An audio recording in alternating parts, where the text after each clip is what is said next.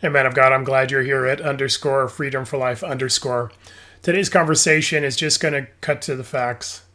There is an epidemic of average going on in our country. There's an epidemic of average that is being expected of husbands, fathers, and men of God.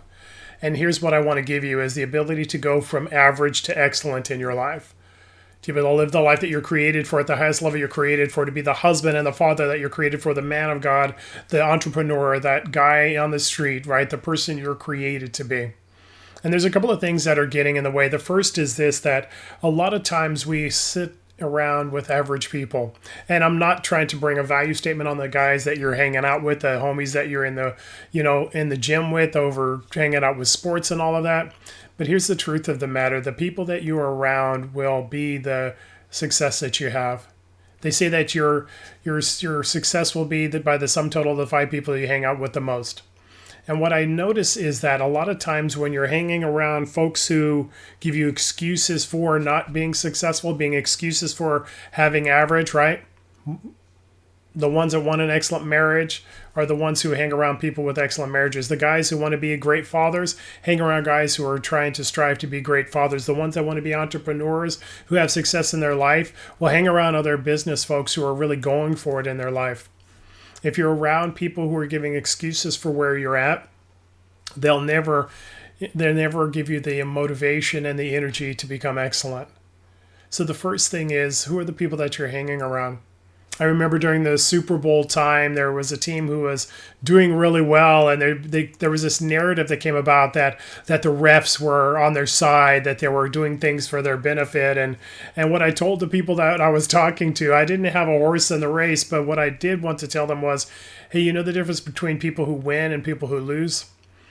People who win just win. People who lose make excuses.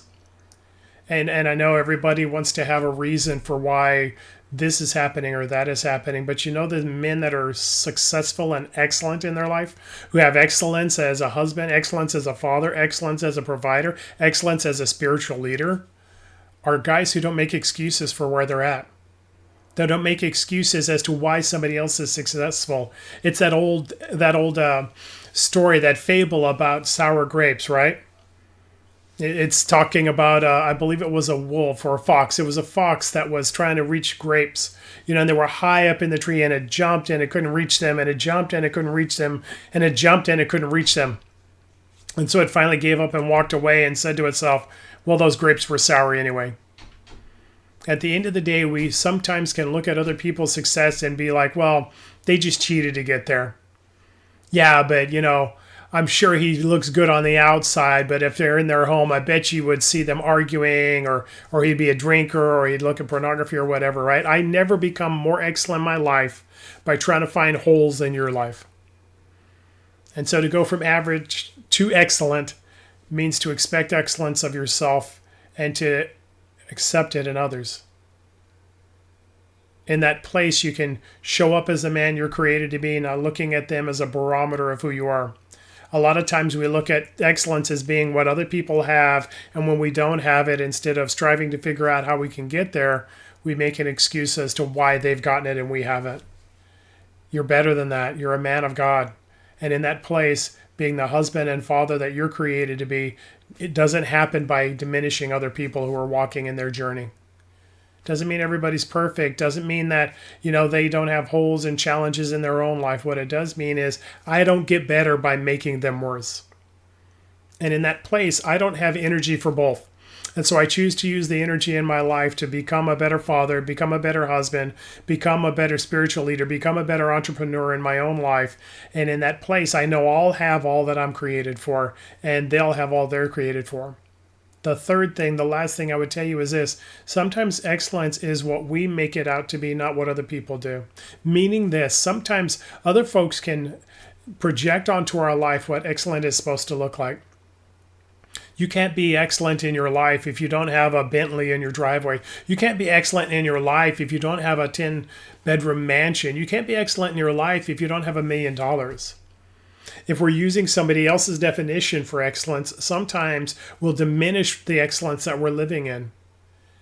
My vision and my dreams for my life are completely tied to who I'm created to be, who's God has made me to be, and the impact He's called me to have in my life, in my world. It isn't me using your version, your vision, your dreams, and using those as a barometer of whether I'm successful or not. Many times, maybe we would need to set aside what other people say excellence is, and so we can live out the excellence in our own life. And in that place, have the amazing, amazing outcomes that we desire. Who are those men that you're around that are striving for something in their life? Who's that tribe, that community, that group that you're with, that they're doing great things and they're inviting you along for that journey, or you're inviting them along for that journey? Sometimes I'm ahead of those, then sometimes they're ahead of me, but all the time we're striving for the best for each other and for ourselves. Where's the words that we're using that are standing in the way, the sour grapes of this or that or the other, an excuse for why they've got and we don't?